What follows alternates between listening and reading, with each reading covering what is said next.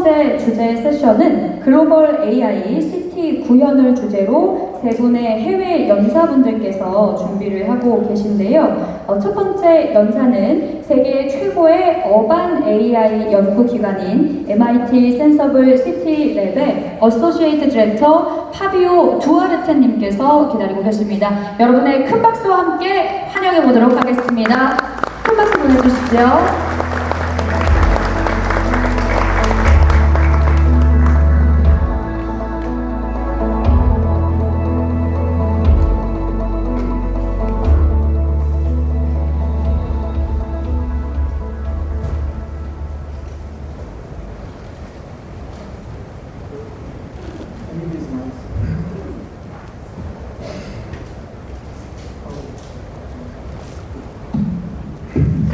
Good afternoon, everyone. Thank you for coming to this presentation. And today I will show what we have been doing at Sensible City Lab. And we are from MIT, and we are very lucky to be here working with SOS AI Foundation for 1 year already. And at MIT, what we have been doing is to combine different expertises, from computer scientists to urban designers to ecologists, to work together in different projects addressing urban challenges. And in this short presentation, I will show some of them to you. And what the lab has been doing for the past 20 years is to partner with cities. So all the cities that you see here in green are cities with which the lab has collaborated in very short 2 or 3 year projects.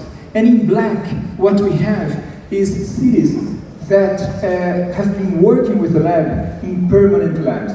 We had one in Stockholm, then we have one in Amsterdam for 10 years, Rio in Brazil, Dubai, and we're very lucky to be working here in Seoul, with the Sensible City Seoul. And what I'm showing to you now are a glimpse of some of these projects.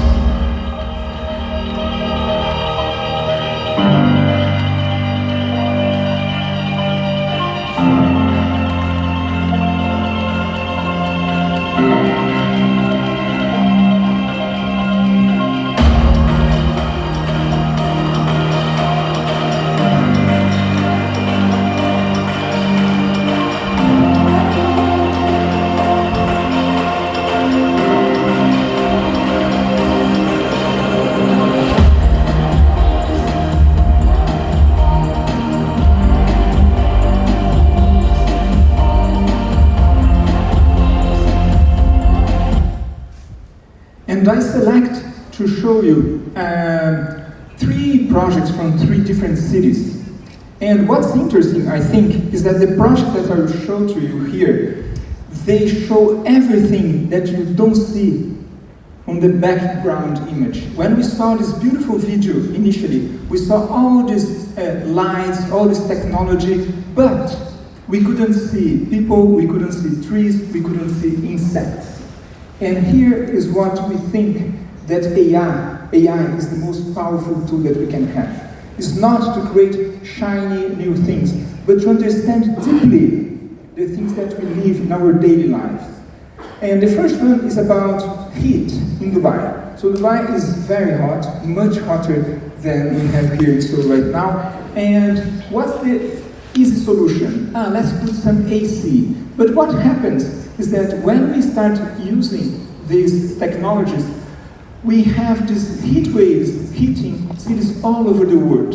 And we said, okay, but how can we address this problem in a city such as Dubai? And we have been doing a few things. And one of them seems to be very simple. As Carlo, our director, put in an op-ed in the Financial Times, maybe one of the simplest solutions to cool down cities are simply planting trees. It seems very simple, right? However, what the lab did, maybe we could understand how people move in the city and cool the cities where people actually need cooling.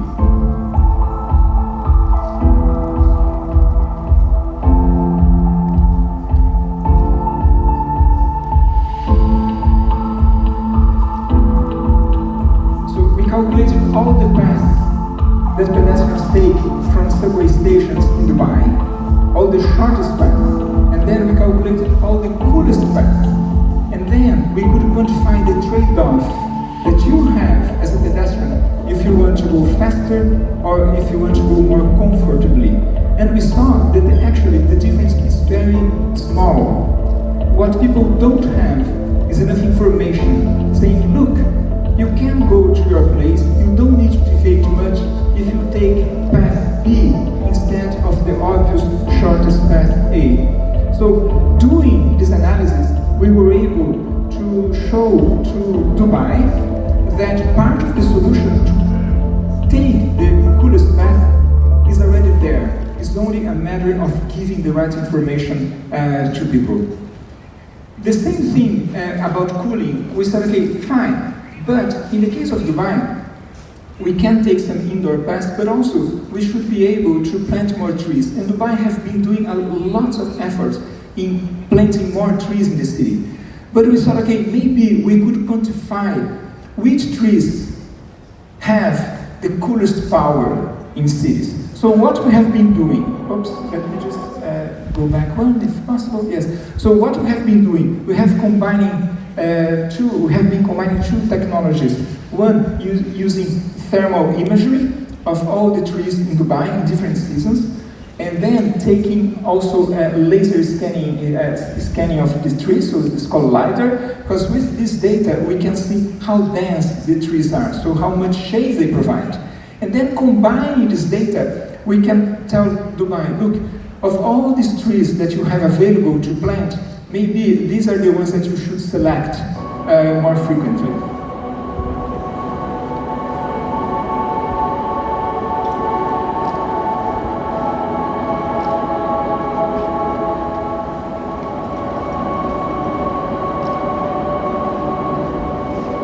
This is the type of work that we can do because on the one hand, we can collect data directly in cities, but also because cities are more and more open to provide data to any researcher, and this is very critical. This is something that we have been working strongly here in Seoul. If we have to have the best AI solutions for any city, any AI solution relies on data. No data, no solution. And this is critical to any of us here working about AI and cities. In Amsterdam, we have been addressing another problem. The first one was about cooling, about trees, the non-humans that share space and time with us. In the case of Amsterdam, we have been looking at another aspect of cities which is not in the common idea of AI and cities, which is biodiversity.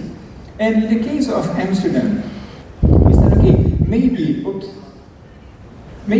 we could address this problem, because actually what we know is that in the past decades we have been decimating many species in the world, and they are essential to us. Just to give you an idea, 1/3 of anything that you eat, anything, 1/3, is only on your plate because of insect pollinators. Without insects pollinating, we're not going to have at least 1/3 of whatever we eat. So they are essential. And how do you do that? So some traditional methods of trying to monitor insect population is simply going around. These slides are going back and forth more or less randomly, but we go around and we simply sit there and start trying to find where the insects are, and then counting them and determining which species they are. Other methods, they are a little bit more, let's say, criminal.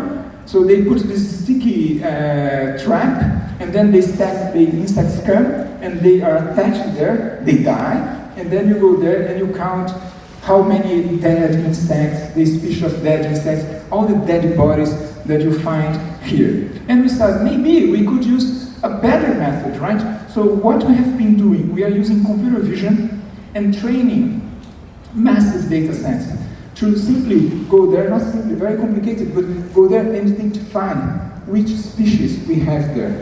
And why this is important for cities? So many countries in Europe, they are passing legislation at the national level, but also at the city level, to not only preserve biodiversity, but also to promote biodiversity. But without monitoring biodiversity, we cannot do anything. It's simply an empty discourse. So quantification is critical to any work that we do at the lab. And what we see in the other image is that, for instance, the technical challenge is critical. Here, if I ask you, I can guarantee to you, there is a bee here in this image. Most likely, very few of you can see the bee. Who can see the bee?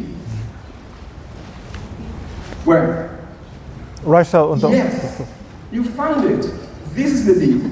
But imagine how difficult it is. So only by training massive visual data sets that we can identify bees, not in pristine images, but in this confused image that we have in reality. So that's the power of AI for cities.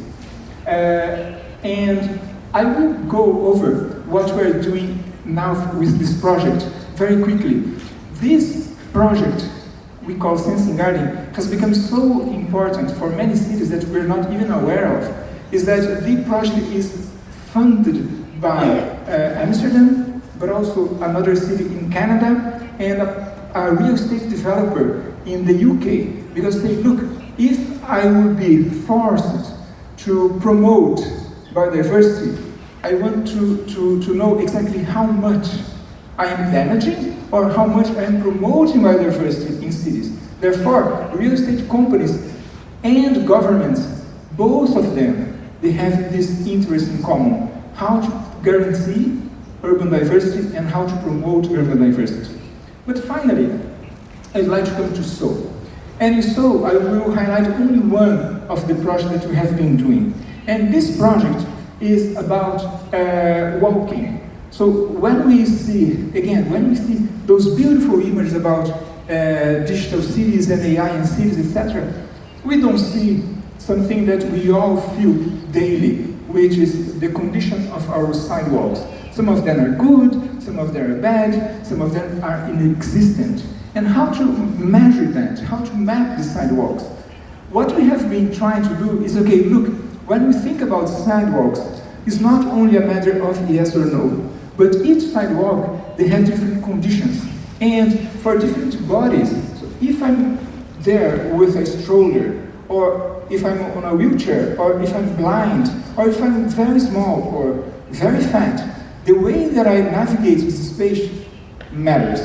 And we think, okay, maybe we could help the cities to do this work. And one method is that, okay, simply we send a bunch of people around and try to see the conditions of sidewalks. But as you can imagine, this is very labor intensive. Also, other technologies, I try to say, maybe we could use some available data, like street view imagery, to map sidewalks. But look at this image, for instance. This is in Italy, most likely, yes. So this is in Italy. So you can see how many cars are parked anywhere, everywhere, on sidewalks. And so we cannot actually detect much out of this image. And even if we think about this very clear image, they change along the years. So how can I monitor that? We said maybe we could use smartphones to help cities to map sidewalks and the condition of sidewalks. A few years ago, we started this with this project. It was the first pilot, right?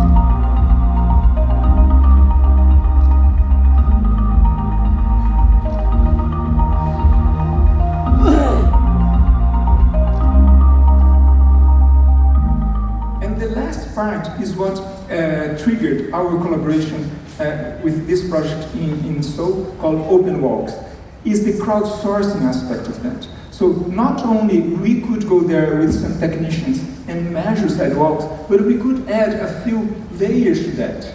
And the layers are the following. The first of them is a crowdsourced mapping tool. So anybody with a smartphone can go there, download the app, and walk normally on a street and start collecting these images. Right? Immediately, when you are walking there with this app, we'll be measuring the sidewalk, for instance, if it's narrow or wide, if there are any obstacle in front of you. These very, let's say, simple measurements. This is the first step of Open Walks. But then, Open Walks goes to another layer. So we are trying to do this in a few cities to test the app, and it has been going pretty well. And this week, we have a workshop happening at Seoul AI Foundation with some students from different universities here in Korea, not only trying the app, mapping sidewalks, but also proposing some solutions for the sidewalks, for different personas. And here what you can see, we are not only mapping, but we're using image segmentation to see what is there, if it's a car, it's a tree, it's a pole, but also we have embedded in the app the guidelines that each city has. So the guidelines that Milan, as you saw in the image, has for sidewalks is different from the guidelines that Seoul has. So when we're running the app, we can not only do these basic measurements, but also we can link all the image segmentation to the guidelines that the cities provide. Therefore, we can say, oh, look, this sidewalk is adequate or is not adequate to the city. So this becomes a two-way benefit. On the one hand, citizens are helping the city to map sidewalks that they use themselves, but also they are highlighting to the city which parts of the sidewalks in Seoul, for instance, would require a further inspection or sometimes maintenance.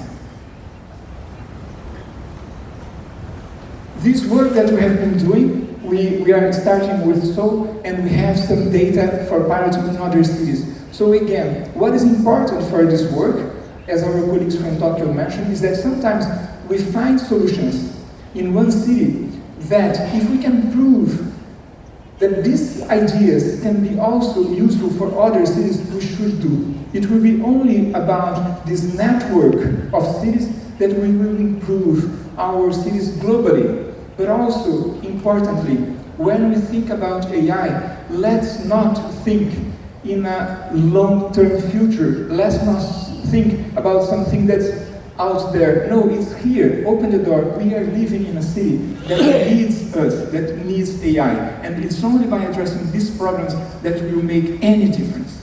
Thank you very much.